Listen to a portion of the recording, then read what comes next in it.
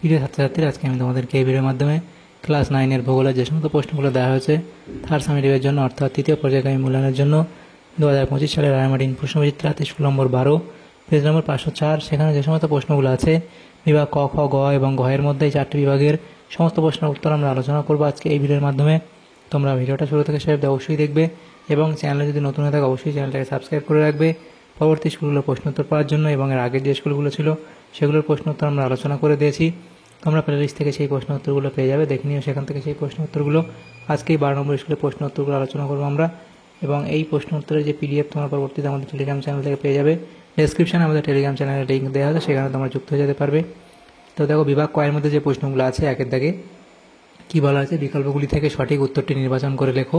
14টা প্রশ্ন আছে, এখানে 1 নম্বর করে দেওয়া। 14 নম্বর একের দাগের 1 বলা আছে কি পৃথিবীর আকৃতি অভিগত গোলক হওয়ার কারণ, তাহলে এটা হবে অপকেন্দ্র বল, অপশান ডি।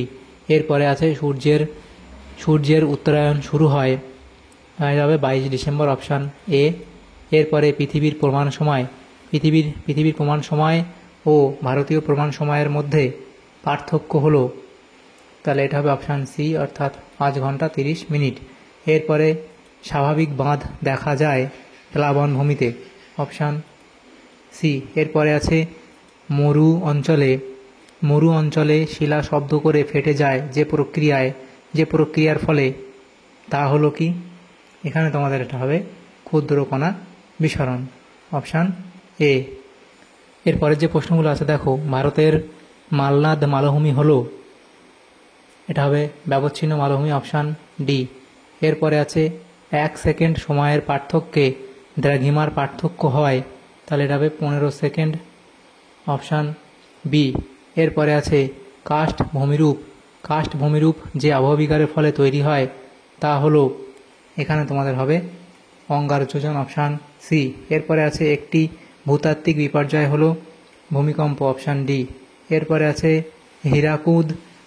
হীরাকুদ জলবিদ্যুৎ প্রকল্পটি অবস্থিত ওড়িশা, অপশান সি। এরপরের প্রশ্ন দেওয়া হচ্ছে কি পশ্চিমবঙ্গের দীর্ঘতম সেচ খাল হলো মেদিনীপুর খাল, অপশান সি।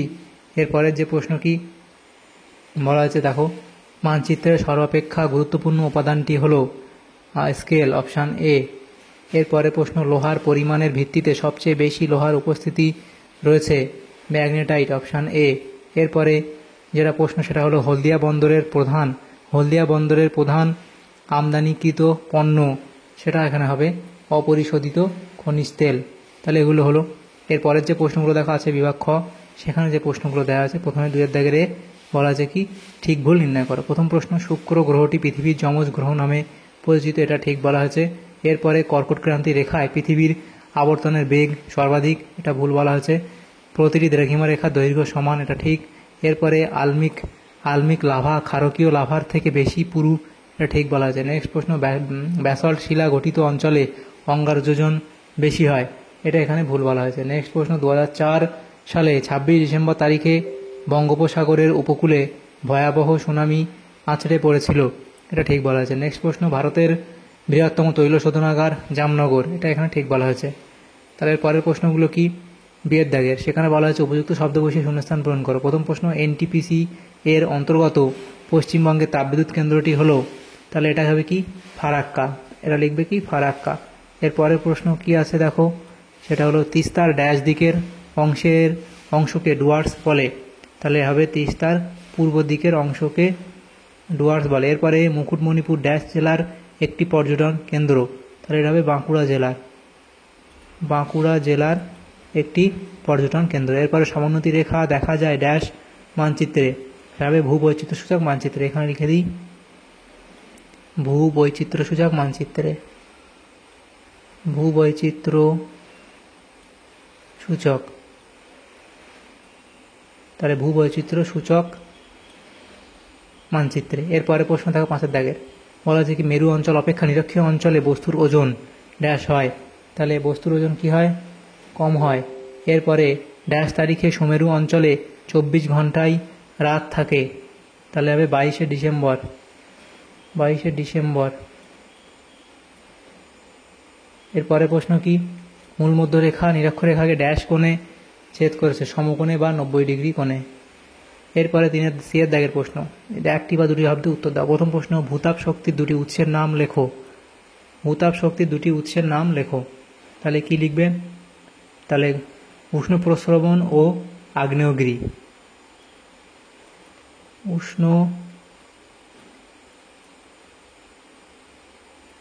উষ্ণ প্রস্রবণ ও আগ্নেয়গিরি।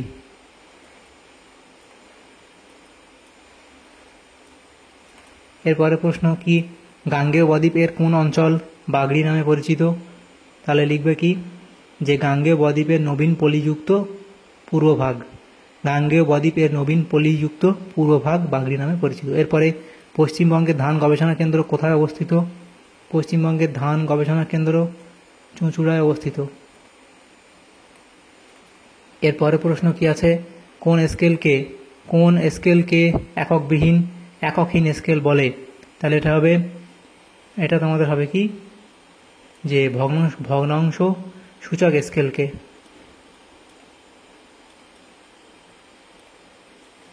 ভগ্নাংশ সূচক স্কেলকে, আচ্ছা ভগ্নাংশ সূচক স্কেলে, আচ্ছা কোন স্কেলকে এককহীন স্কেল বলে? ভগ্নাংশ সূচক স্কেলকেই বলে।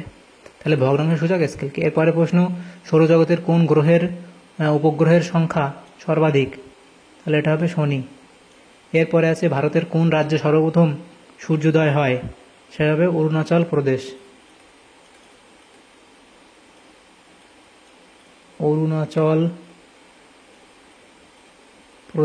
এরপরে অবস্থান নির্ণয় করার আধুনিকতম পদ্ধতি কি নামে পরিচিত?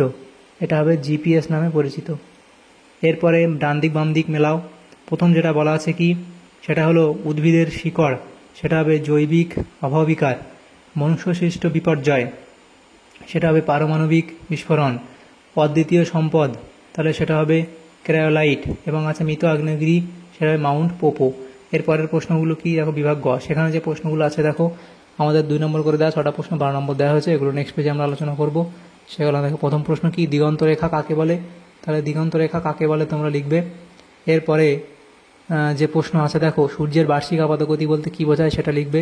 সৃষ্টি এবং সময়কাল লিখবে। নিরক্ষরেখার অপর নাম বিষুবরেখা কেন? বিষুব কথাটির অর্থ সমান। নিরক্ষরেখার ওপর বছরের প্রতিটি দিন সূর্যরশ্মি লম্বভাবে বা প্রায় লম্বভাবে পড়ে বলে দিন রাত্রির দৈর্ঘ্য সমান হয়, অর্থাৎ 12 ঘন্টা দিন ও 12 ঘন্টা রাত্রি। সেই কারণে এই রেখাটির অপর এক নাম বিষুবরেখা। ব্যবচ্ছিন্ন মালভূমি কাকে বলে? তার সংজ্ঞা, সৃষ্টির কারণ, বৈশিষ্ট্য ইত্যাদি উদাহরণ তোমরা দেবে। এরপরের প্রশ্ন 3 দাগের প্রশ্ন। 3 দাগের প্রশ্ন কি বলা হয়েছে, যে অগ্নিভবন কাকে বলে? অথবা দিয়ে প্রশ্ন ছিল, নিরপেক্ষ বা ট্রান্সফর্ম পাত সীমানা কাকে বলে? বিপর্যয় ব্যবস্থাপনা বলতে কি বোঝো? তার বিপর্যয় ব্যবস্থাপনার উদ্দেশ্য লিখবে, বিপর্যয় ব্যবস্থাপনা কী সেটা লিখবে। এবং এরপরে দেখো কি, অথবা দিয়ে প্রশ্ন, তুষার ঝড় বলতে কি বোঝো? সংকর ইস্পাত কি সেটা লিখবে। পশ্চিমী ঝঞ্ঝা কি? পশ্চিমবঙ্গে শীতকালে উত্তর পূর্ব দিক থেকে শীতল ও শুষ্ক মৌসুমী বায়ু প্রবাহিত হয় বলে একসময় ঝড় বৃষ্টি সাধারণত হয় না এবং শান্ত আবহাওয়া বিরাজ করে। তবে সুদূর পশ্চিমের ভূমধ্যসাগর থেকে সৃষ্টি হয়ে আসা নিম্নচাপের প্রভাবে পশ্চিমবঙ্গে ঝড় বৃষ্টি হয়।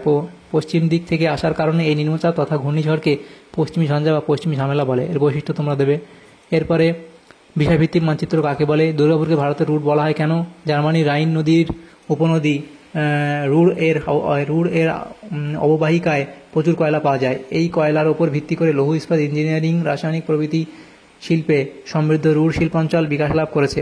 অনুরূপভাবে পূর্ব ভারতের দামোদর উপত্যকার কয়লা বলয়ের ওপর ভিত্তি করে পশ্চিমবঙ্গের দুর্গাপুরে ব্যাপক শিল্পায়ন ঘটেছে, তাই দুর্গাপুরকে ভারতের রুট বলে।